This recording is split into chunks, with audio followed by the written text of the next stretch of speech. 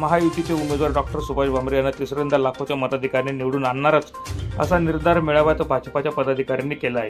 Doctor Subhash Bhamre यांना भाजपाच्या वतीने तिसऱ्यांदा उमेदवारी मिळाली आहे। त्यांना निवडून आणण्याकरिता धुळ्यात मेळाव्याचे आयोजन करण्यात आले होते। या मेळाव्यात धुळे शहर, धुळे ग्रामीण, दोंडाईचा, शिंदखेडा, मालेगाव, सटाणा, बागलाण येथील भाजपाचे पदाधिकारी मोठ्या संख्येने सहभागी झाले होते। सर्वानुमते डॉक्टर सुभाष भामरे यांना निवडून आणण्याचा निर्धार करण्यात आला। या प्रसंगी पालकमंत्री गिरीश महाजन, खासदार डॉक्टर सुभाष भामरे, आमदार जयकुमार रावल, प्रदेश महामंत्री विजय चौधरी, माजी आमदार राजवर्धन कदम मांडे, भाजपा विधानसभा शहर प्रमुख अनुप अग्रवाल यांच्यासह धुळे लोकसभा मतदारसंघातील भाजपाचे पदाधिकारी मोठ्या संख्येने उपस्थित होते। डॉक्टर भामरे यांना तिसऱ्यांदा तिकीट मिळालेलं आहे आणि पहिल्यांदा 1,30,000, दुसऱ्यांदा 2,30,000 आणि आता सगळ्यांनी संकल्प केला आहे की 3.5 लाख पार म्हणजे पुन्हा 1 लाखाची भर, 1.25 लाखाची भर या मतामध्ये ठिकाणी टाकायची आणि बाबांना तिसऱ्यांदा लोकसभेमध्ये या ठिकाणी मोठं मताधिक्य घेऊन आम्हाला या ठिकाणी पाठवायचं आहे। संकल्प मतदार या ठिकाणी वातावरण अनुकूल आहे।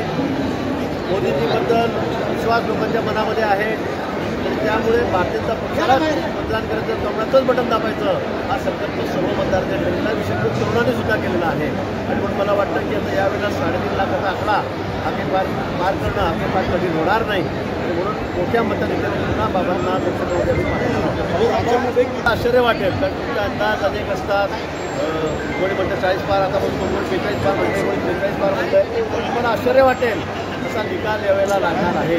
लोकांचा मी पुन्हा सांगेन, लोकांचा विश्वास मोदीजींवर आहे, लोकांचा विश्वास भारतीय जनता पक्षावर आहे आणि त्यामुळे आमच्या मित्र पक्षाच्या जागा असतील किंवा भाजपच्या जागा असतील या मिळून एक विक्रमी आकडा जे गेल्या वेळेचे सगळे रेकॉर्ड तुटतील एवढा मोठा आकडा आमच्या यावेळेला या ठिकाणी आहे।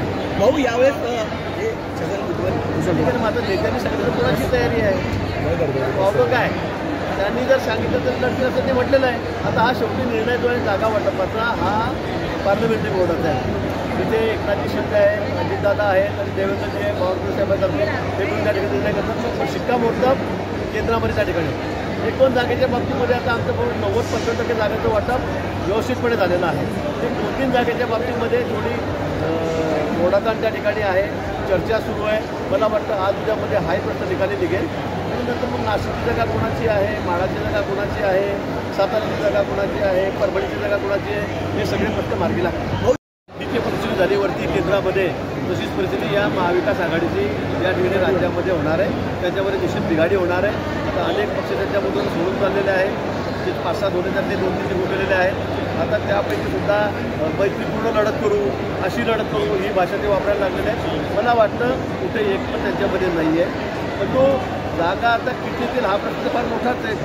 आम्ही तर विक्रमी मतांनी ज्यावेळेला निवडून येणार आहोत, विक्रमी खासदार आम्ही निवडून येणार आहोत, तो मला असं वाटतं की त्या आता किती म्हणत असले तरी शेवटपर्यंत ते कशा पद्धतीने एकत्रित राहतील आणि राहिले तरी एकमेकाच्या सोबत मनापासून किती राहतील हाही म्हणजे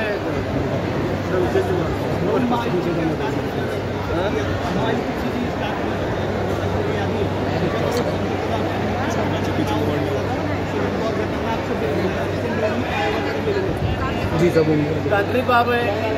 त्यांनी ती निवडणूक आयोगापुढे मांडावी, त्यांनी सांगावं।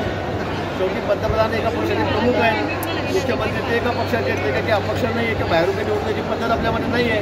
त्यामुळे निश्चित पंतप्रधान जर एवढ्या विक्रमी सभा घेत आहे तर ते स्टार प्रचारक आहेतच।